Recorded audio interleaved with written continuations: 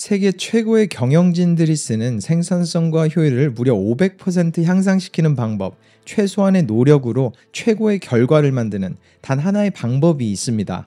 그리고 이번 영상의 끝 여러분도 그 능력을 찾게 되실 겁니다. 혹시 이런 경험을 기억하시나요? 모든 소리가 사라지고 단 하나의 일에만 온 정신이 집중되는 그 순간, 마치 시간이 멈춘 듯한 몰입, 플로우 상태라고도 불리는 이 순간은 스스로가 가질 수 있는 최대한의 효율로 정말 말도 안 되는 결과를 만듭니다. 앞서 말한 것처럼 맥킨지에서 발표한 10년간 이어진 한 연구 결과에 따르면 경영진들이 플로우 상태에서 일을 하게 될 경우 생산성은 500%나 향상되었고, 남들이 한 주 40시간에 끝내는 일들을 플로우 상태에선 단 2시간 상태면 마칠 수 있다고 말했죠. 그리고 이 외에도 무언가를 배우는 학생들에게는 가능한 가장 빠른 암기, 학습 효과를 가져오고 인생의 행복도 또한 급격하게 상승합니다. 그리고 플로우 상태와 두뇌 과학에 저명한 학자이자 멘토 스티븐 코틀러는 한 다큐멘터리를 통해 가장 쉽고 간단하게 플로우 상태를 가지는 몇 가지 질문들과 간단한 연습법들을 공개했죠. 이번 영상에선 스티븐의 인사이트를 가져와 다양한 연구 결과와 함께 과학적으로 입증된 몰입, 플로우의 비밀들을 여러분과 나눠보려고 합니다. 가장 먼저 스티븐 코틀러는 말합니다. 간단한 6가지 질문들을 스스로에게 물어보세요. 이 질문에 예라고 대답한다면 여러분은 이미 플로우 상태에 들어가 본 적이 있는 겁니다.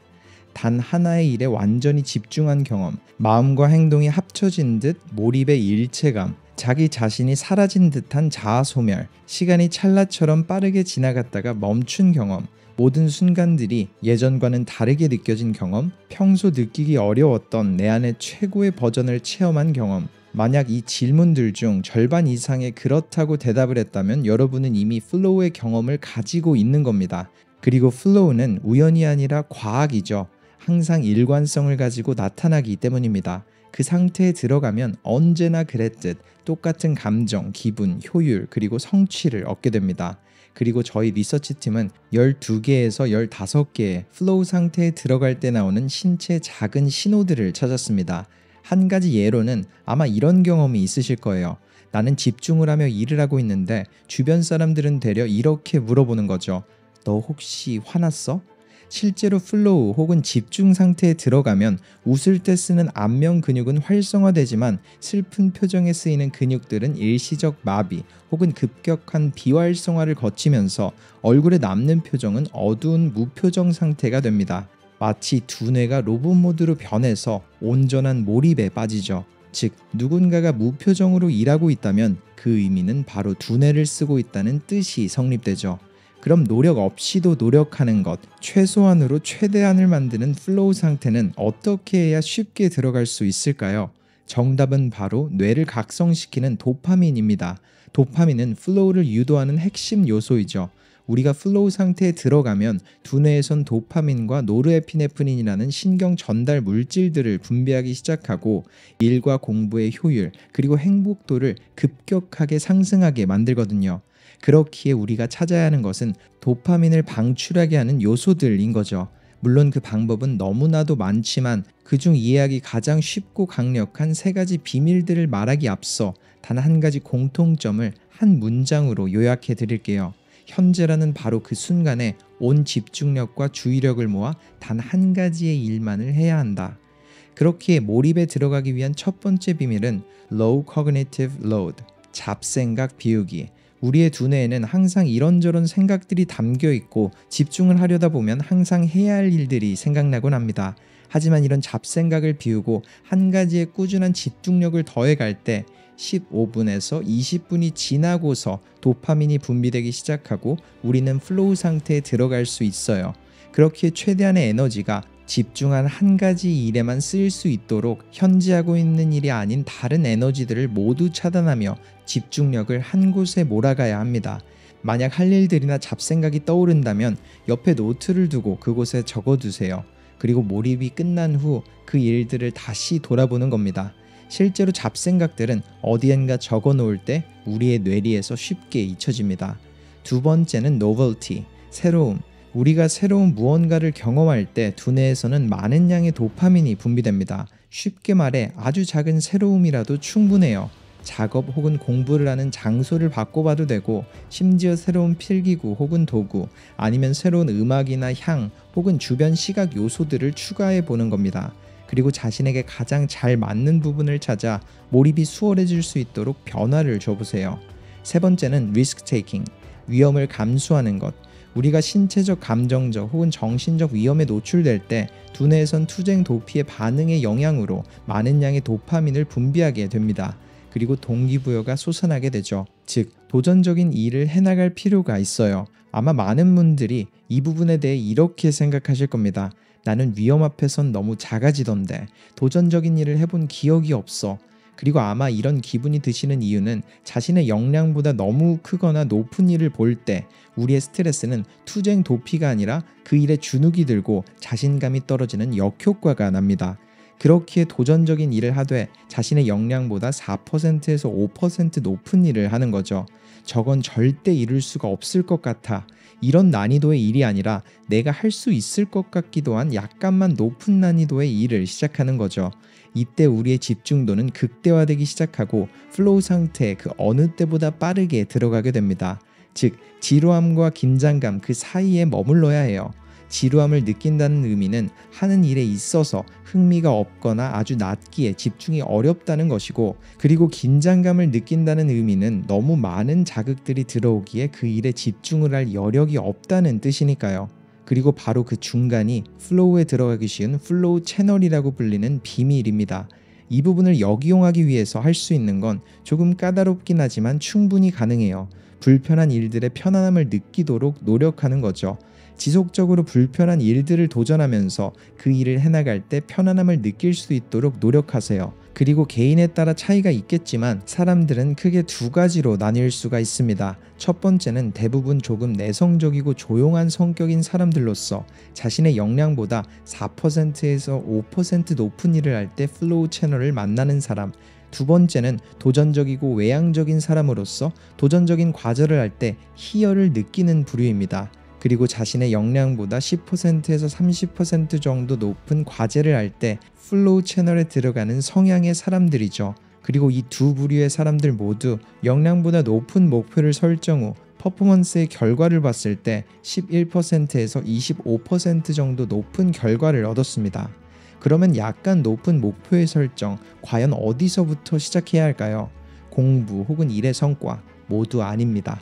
한 연구 결과에 따르면 그 자극의 시작점은 우리가 성취할 수 있는 외부적 요소가 되어야 하며, 더 열심히 일하면 얻어질 수 있는 돈, 섹스, 그리고 명성이라고 말했습니다. 또한 노벨상을 수상한 다니엘 커너먼은 바로 동기부여의 원천으로 돈을 쫓아보는 것을 언급했죠. 쉽게 말해 자신의 현재 수입보다 5% 많은 돈을 목표로 하거나 지출보다 수입을 조금씩 늘리며 어느 정도 재미를 느낄 수 있는 만큼 벌어보는 거죠. 그리고 그 이유는 정말 간단합니다. 앞서 말했던 것처럼 두려움과 긴장감은 우리를 플로우 상태에 들어가지 못하게 만드니까 최고의 효율을 낼 수 없는 상태를 만들죠. 마찬가지로 돈이 부족하게 된다면 우리는 시종일관 긴장감을 가지고 살게 되기에, 동기부여와 목표를 조금 더 많은 돈에 연관되어 정한다면 우리는 경제적 두려움에서 서서히 벗어나게 되고, 결과적으로는 돈에 대한 외부적인 요소를 넘어 내부적인 요소가 더 중요해지면서 내부 동기에 대해 온전한 집중을 시작하게 됩니다. 그렇게 행복감과 삶의 만족이 채워지겠죠. 그리고 몰입의 시간은 생체 리듬에 맞춰보세요. 개인에 따라 어느 정도의 편차가 있지만 수면과 체내의 모든 작용들은 90분에서 120분 사이의 생체 시계를 따라갑니다. 수면 시 뇌파를 분석해봐도 대부분 90분 주기로 뇌파가 바뀌거든요. 그러니 하루 중 집중을 90분을 비워두고 집중이 잘 되는 시간이 아침인지 저녁인지를 판단 후 한 가지에만 집중하는 플로우 시간을 이어가 보세요.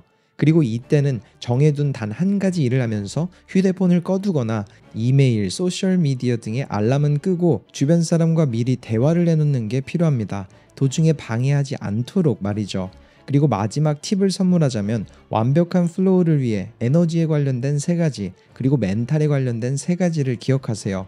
먼저 에너지와 관련된 3가지는 충분한 수면, 수분과 영양 섭취, 그리고 인간관계입니다. 최고의 역량을 내기 위한 신체적, 정신적 에너지를 위해 이 3가지에 많은 신경을 쓰세요. 멘탈에 관련된 3가지로서는 의심과 불안을 없애기 위해서 하루에 감사한 3가지를 써보는 연습, 매일 5분에서 10분 정도의 호흡법 혹은 명상, 그리고 규칙적으로 20분에서 40분간의 운동. 만약 여러분이 이 6가지를 꾸준히 지킨다면 원하는 플로우 세션에서 가장 효율적이고 효과적으로 원하는 것을 얻게 될 겁니다. 그리고 이번 영상 속 나눈 인사이트들이 리서치랩에서 가르치는 가장 중요한 방법들입니다. 잊지 마세요. 삶에서 느끼는 행복은 얼만큼의 시간을 몰입하며 보내는지에 비례합니다. 우리는 우리가 생각하는 것보다 훨씬 더 많이 이룰 수 있어요. 그리고 무언가를 이루기 위해서는 자신이 이룰 수 있다고 믿는 것이 가장 중요한 시작이라는 것을 잊지 마세요. 영상 속 몰입에 대한 방법들을 통해 여러분이 원하는 목표와 여유, 그리고 더 나아가 자유를 찾아가길 바랍니다. 감사합니다.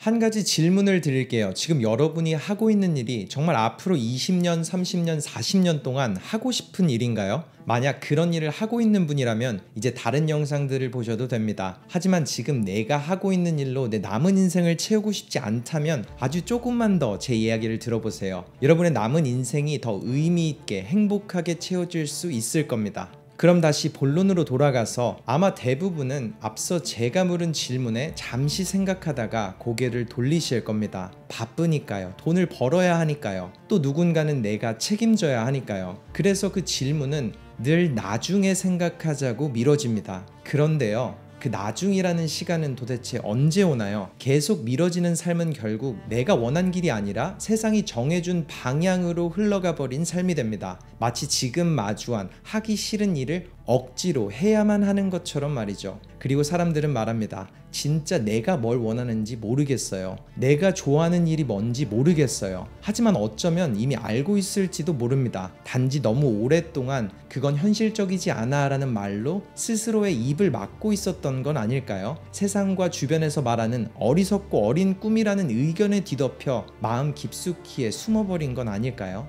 우리는 뭔가 대단하고 거창한 꿈이어야만 진짜 원하는 일이라고 착각하곤 하죠. 하지만 그렇게 거창할 필요는 없습니다. 오히려 정반대로 인생이 풀려요. 제 채널의 영상으로도 소개된 적 있는 멘토 조시 카프만은 이렇게 말했습니다. 1만 시간의 법칙은 틀렸다. 우리에게 필요한 건 단 20시간이면 된다. 아웃라이어에서 언급하면서 너무나도 유명해진 이 1만 시간의 법칙. 하지만 실제로 우리가 변화를 느끼고 성취를 느끼는 건 단 20시간이면 충분하다고 합니다. 빠르게 계산해보자면 하루 40분이면 한 달, 하루 2시간이면 열흘. 여러분이 하루 40분 혹은 2시간이라도 내가 몰입하거나 도전할 수 있는 짧은 시간, 그게 지금 우리에게 필요한 방향일지도 모릅니다. 그 정도의 시간조차 버겁게 느껴지는 일이라면 그 일을 40년 동안 한다는 건 삶에 대한 모욕일지도 모릅니다. 또한 그런 작은 한 발자국을 내딛기 전 한 가지 공유하고 싶은 부분은 사람은 참 신기한 존재라는 겁니다. 한 걸음을 내디딜 때 그 발밑에 무엇이 있을지 알지 못하지만 딛고 나면 그 자리가 결국 하나의 길이 되거든요.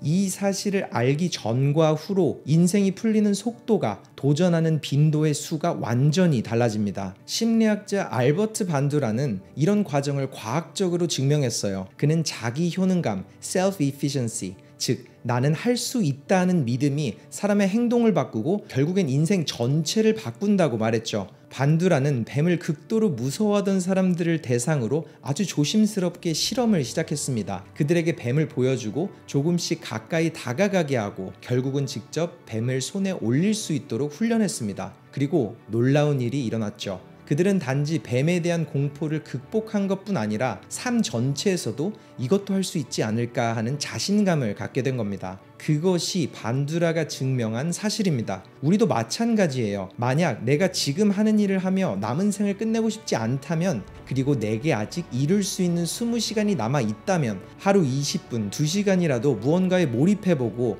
거기서 작게라도 성과를 느껴본 경험을 가져봐야만 합니다. 그리고 사실 그건 단순한 성공이 아닙니다. 마음 안에 나는 할 수 있다는 하나의 씨앗을 심는 일이죠. 그리고 그 씨앗은 언젠가 당신을 완전히 다른 삶의 길로 이끌 겁니다. 물론 두렵기도 하겠죠. 해보지 않았던 일, 혹은 오래도록 안 했던 일은 익숙함을 추구하는 우리에겐 위험으로 다가오니까요. 실제로 과학적인 사실을 살펴봐도 사람은 자신이 겪은 일을 그냥 그대로 기억하지 않습니다. 심리학자 댄 맥 아담스는 사람이 자신의 인생을 이야기로 기억한다고 말합니다. 그리고 그 이야기가 바로 정체성이 됩니다. 즉 누군가는 작게 실패한 경험을 나는 실패자야 라는 이야기로 담아 살아가지만 반대로 또 어떤 사람은 이건 내가 다시 일어나는 계기였어 라고 씁니다. 똑같은 시간인데 어떤 프레임으로 나를 바라보느냐에 따라 삶 전체의 색깔이 달라지는 거죠. 그렇기에 우리는 과거의 실패를 다르게 바라볼 필요가 있어요. 맥 아담스는 이 부분을 회복 서사 (recovery narrative)라고 정리한 개념을 언급했죠. 쉽게 말해 내가 무너졌던 순간 그게 결국 나를 더 단단하게 만든 시작이었다는 이야기를, 과거의 경험을 새롭게 되뇌어 보는 겁니다. 그리고 이런 식으로 자신의 인생을 다시 써내려가는 사람들은 삶에 대한 만족감, 관계, 몰입, 행복감이 모두 훨씬 더 높았다고 해요. 그리고 현 시대를 살아가는 우리에게 시간이 없다는 변명은 통하지 않습니다. 물론 예전에는 준비가 오래 걸렸습니다. 무언가 새로운 것을 배우기 위해서는 학원에 등록하거나 책을 사고 먼 길을 오가야만 했죠. 하나의 정보를 찾기 위해서 도서관을 가거나 선생님께 찾아가는 번거로움이 존재했습니다. 하지만 지금은 손끝에 모든 게 있죠. 유튜브 영상 하나, AI 요약 하나, 무료 온라인 강의 하나만으로도 새로운 지식을 배우고 새로운 세계를 열 수 있는 시대입니다. 즉 20시간을 극대화하며 낭비 없이 사용할 수 있죠. 그리고 그렇게 몰입된 100시간이 모이면 아직 알려지지 않은 많은 분야에 대해선 전문가 정도의 지식에도 가까워질 수 있는 시대입니다. 즉 가장 중요한 건 시작하느냐 안 하느냐, 그 하나의 차이입니다. 그동안 남들의 이야기를 말해왔던 저에게도 사실 그런 허탈한 경험이 있고 남은 인생 1분조차도 하기 싫은 일을 하며 좌절 속에서 많은 시간을 보낸 적이 있습니다. 스프링쿨러를 만드는 제조 공장의 기계 소리를 들으며 야간 대학을 다니고 졸린 눈을 비비며 또 다른 하루를 시작했죠. 그러다가 옮긴 직장은 또 다른 와플 공장. 시간과 돈은 늘 부족했고 내가 뭘 잘할 수 있는 사람인지조차 확신이 없던 때였습니다. 배운 것도 딱히 없었으니까요. 하지만 그 와중에도 딱 하루 한두 시간, 그 시간을 내가 원하는 방향으로 투자했습니다. 공부를 했다는 건 아니지만 제가 좋아하는 분야를 찾아보고 취미의 질을 높여갔어요. 그리고 제가 그 2시간을 위해 희생해야 했던 건 젊은 날의 친구들과의 추억, 당시 친구들은 아쉬워하고 또 그렇게 살면 안 된다고 훈계를 하기도 했습니다. 물론 저를 위해서 했던 말이었겠죠. 실제로 제가 20대에 보낸 친구와의 추억은 아무리 기억해보려 해도 기억나지가 않아요. 그리고 심지어 제 변화는 빠르지 않았습니다. 하지만 조금씩, 아주 조금씩 길이 바뀌고 있었죠. 사실 지금도 제 주변엔 사람들이 많이 없습니다. 하지만 절대 후회하진 않아요. 더 떳떳한 스스로가 될 수 있었고 소중한 사람들은 제게 남았으니까요. 그리고 하나 더, 관계에 대한 희생을 통해 제가 얻은 건 하기 싫은 일은 하지 않아도 된다는 몇 가지 선택권들을 늘려가고 있다는 사실입니다. 또한 속도가 아니라 방향, 그걸 깨달은 순간 모든 것이 달라졌습니다. 하지만 전 또 다른 시간을 투자하며 영어 공부를 했고 지금 여러분이 보고 계시는 이 채널을 만들었습니다. 그리고 저만의 또 다른 도전을 계속해서 이어가고 있어요. 그래서 지금 이 순간 저는 여러분께 이렇게 물어보고 싶어요. 당신의 하루는 어디로 흘러가고 있나요? 정말 지금 하는 일이 40년 동안 하고 싶은 일이신가요? 그렇지 않다면 오늘 하루 딱 2시간, 그 시간을 원하는 삶의 방향에 투자해보세요. 그 2시간은 단지 시간이 아니라 당신의 이야기 한 챕터를 바꾸는 진짜 전환점이 될지도 모릅니다. 이번 영상 속 메시지가 마음에 와닿았다면 주변 소중한 사람에게 꼭 공유해주세요. 조심스럽게 나눈 이 영상 속 메시지와 저의 스토리가 하기 싫은 일을 하지 않는 행복한 인생의 첫걸음이 되길 바랍니다. 지금까지 여러분의 인생 속 터닝포인트였습니다.